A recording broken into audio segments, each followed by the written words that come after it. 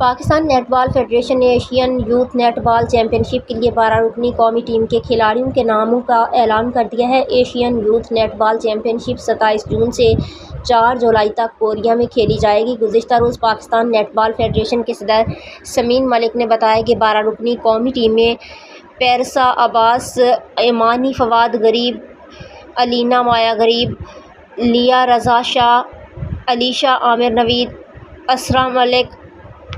اسرا عمر ملک، Halima Sakina Safdar, Serena نسیم حسین، سمایا صفیہ احمد، سمیہ کوثر Safdar, jasmine Elizabeth, فاروق فرا شیری، راس راشد شامل ہیں، جبکہ مدثر رزاق ٹیم مینیجر اور امانڈا آرلین ہیڈ کوچ ہوں گی۔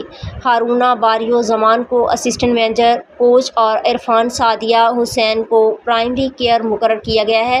چیمپئن شپ میں 11 ملکوں کی ٹیمیں حصہ لے رہی ہیں، جن کو 2 گروپوں میں تقسیم کیا گیا ہے۔ گروپ اے میں Malaysia, Singapore, Sri Lanka, Hong Kong اور ہندوستان شامل ہیں۔ پاکستان کو گروپ بی میں چائنیز تائپے، جاپان، کوریا، مالدیپ اور سعودی عرب کے ساتھ رکھا گیا ہے۔ پاکستان اپنے گروپ بی میں 5 لیگ میچ کھیلے گا۔ پاکستان اپنا پہلا میچ سعودی عرب کے ساتھ 27 جون کو کھیلے گا، دوسرا میچ 28 جون کو چائنیز تائپے کے ساتھ، تیسرا میچ کوریا کے ساتھ 29 جون کو، جبکہ پاکستان اپنے گروپ میں اپنا چوتھا اور 5واں میچ جاپان اور مالدیپ کے ساتھ بالترتیب 30 جون اور 1 جولائی کو کھیلے گا۔